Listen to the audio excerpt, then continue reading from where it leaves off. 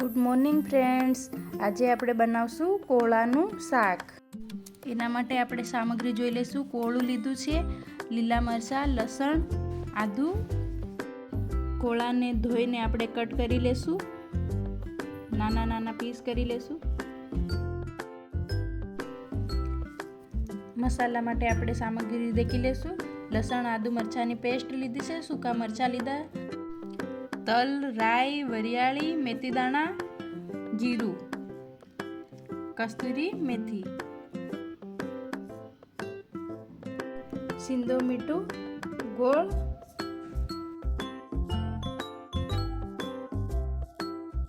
વઘાર માટે સરસોનું તેલ લેશું, હિંગ એડ કરશું, થોડા સૂકા મરચાં એડ કરશું. સૂકા મરચાંના વઘારથી ટેસ્ટ સારો આવશે. 2 તેજ પત્તા નાખશું. હવે આપણે એમાં તલ, રાઈ, જીરું, વરિયાળીનો વઘાર કરી લેશું.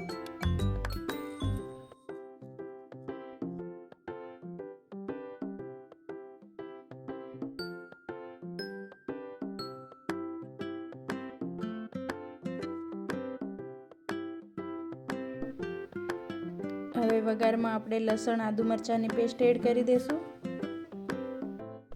મસાલાને બરાબર ગોલ્ડન બ્રાઉન થાય ત્યાં સુધી એને સાતળી લેશું. હવે આપણે મસાલો કરી લેશું. એમાં થોડી હળદર, 2 ચમચ ધનિયા પાવડર, થોડું કાશ્મીરી મરચું, ગરમ પાણી એડ કરી લેશું. એને બરાબર ગોળ કરી લેશું.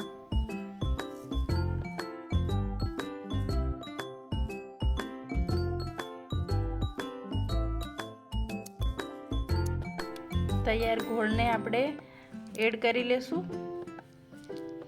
એને બરાબર સાતળી લેશું.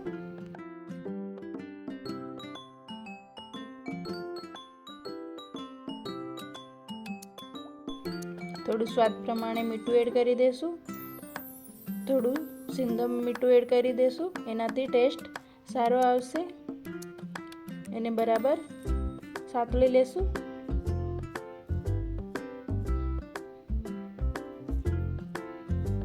થોડો ગોળ એડ કરી દેશું. મસાલો આપણો રેડી થઈ ગયો છે. હવે એમાં આપણે કોળું એડ કરી દેશું.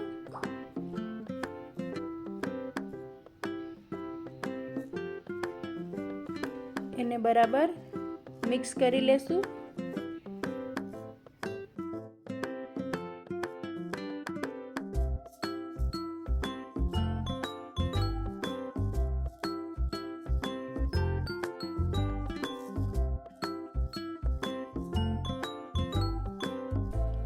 હવે આપણે ઢાંકણ બંધ કરી લેશું.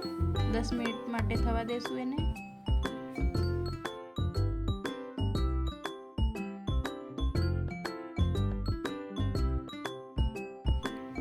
હવે આપણે ઉપરથી ગરમ મસાલો એડ કરી દેશું.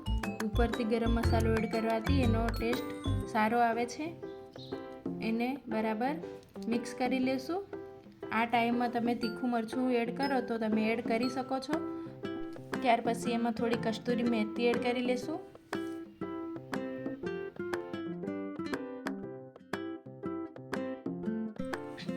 પછી 5 મિનિટ આપણે એને રહેવા દઈશું.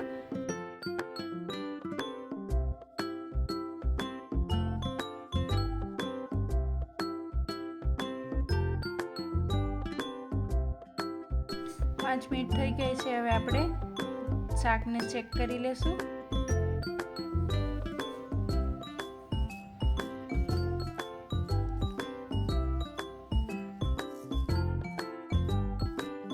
શાક આપણું રેડી થઈ ગયું છે. હવે આપણે એને સર્વ કરી લેશું.